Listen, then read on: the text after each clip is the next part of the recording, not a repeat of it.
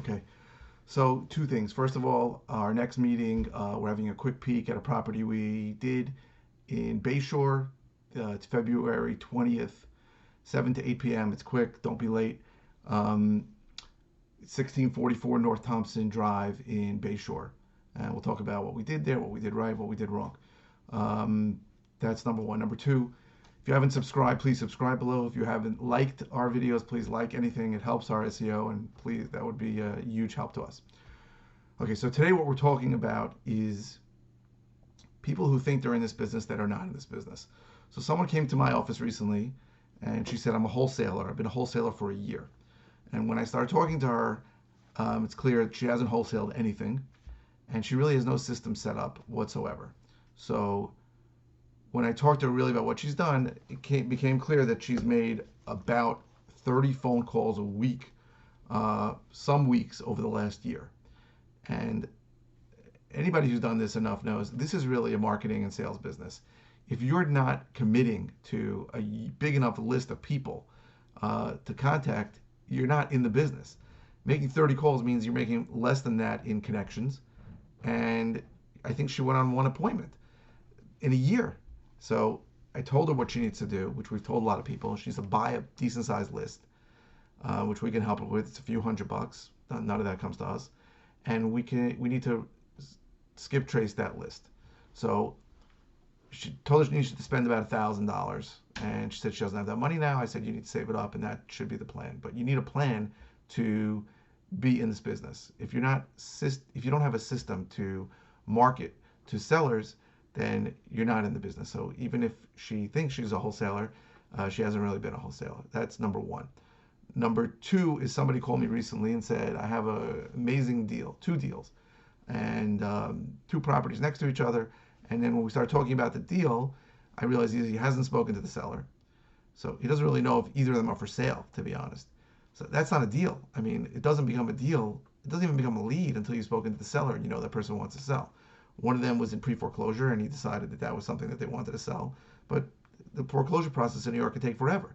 So that doesn't really mean that that's anywhere near a deal.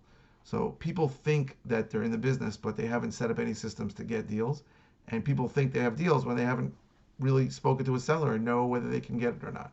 So it's important for you to understand that unless you have a system set up, you're really not in business.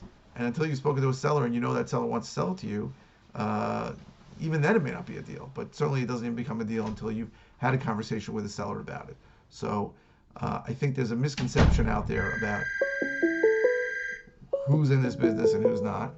And there's a misconception about, sorry about that, a misconception about what's a deal and what's not. So I apologize, very loud. Okay, so 1 minute. Press 1 to send a voicemail. Press Sorry 2. about that. So it's important to understand that. Press 1 to send a voicemail. Press 2. Okay, I've sent the caller's voicemail. Great. Goodbye. Thank you. Sorry. So in order to be in this business, you have to have a system set up for marketing and systems set up for sales.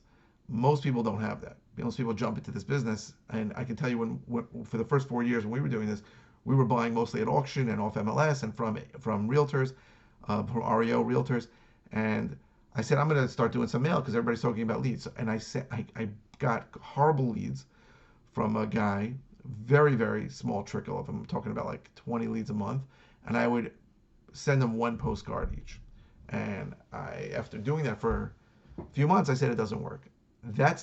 That doesn't work. Okay, you can't send people one piece of mail and you're gonna know if it works, and you can't work with a trickle. You need a big enough sample size that you know if your list is working. I tell everyone they need at least a list of 10,000. That's a minimum to work on. And back to the woman who says she's a wholesaler but really isn't a wholesaler yet. I told her she needs to spend around $1,000 to get this list to call. And then it's free, right? If you have a cell phone, it's unlimited calling and unlimited texting. You can call and text from then on forever. So we help people with that all the time. We get the list and the skip tracing at a big discount.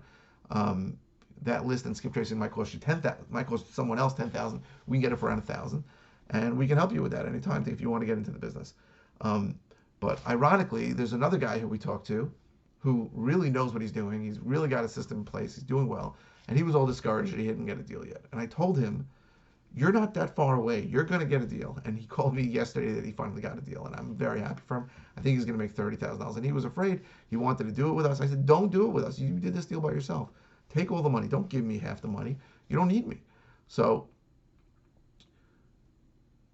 if you do this systematically and you set up a system to find people that are likely to sell, reach out to them in a variety of different ways. The cheapest is going to be phone calling and texting, and asking them if they want to sell their property, and then keeping track of the ones who say who might be. Then you have a system in place. If you need to spend some time on it, it should be every day. Certainly, if you have a full-time job, you can spend a few days a week, but a few hours a week. But you've got to commit to it. And when you commit to it for a year, I think most people are going to get a deal if they're doing okay. But what people do mostly, and we're guilty of this too, is they dabble in it. They spend a little bit of time on it. And they convince themselves that they're in the business. That's not the business. This is a numbers game, and there is a big luck factor. You have to approach a lot of people a bunch of times and hope that you catch one of them to start on a day where they want to sell and they'll talk to you.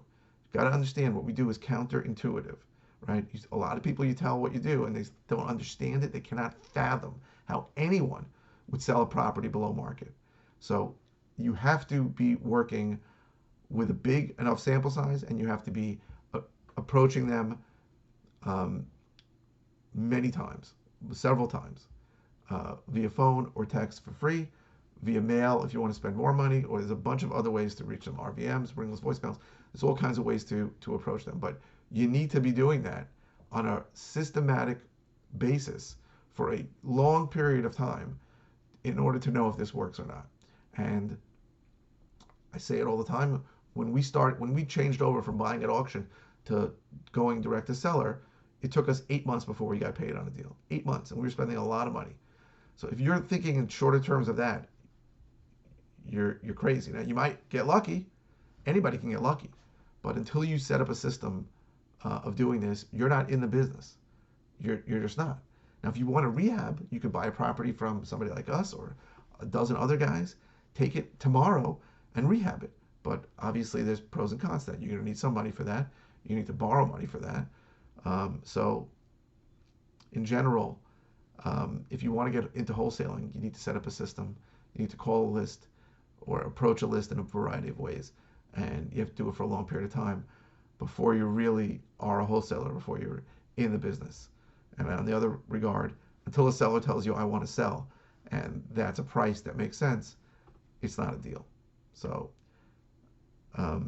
just having a pain point, right? Just somebody knowing that somebody's got a problem, knowing that a house is in disrepair or neglect, or knowing that this guy's having trouble does not mean that it's a deal. You could be very, very far from a deal.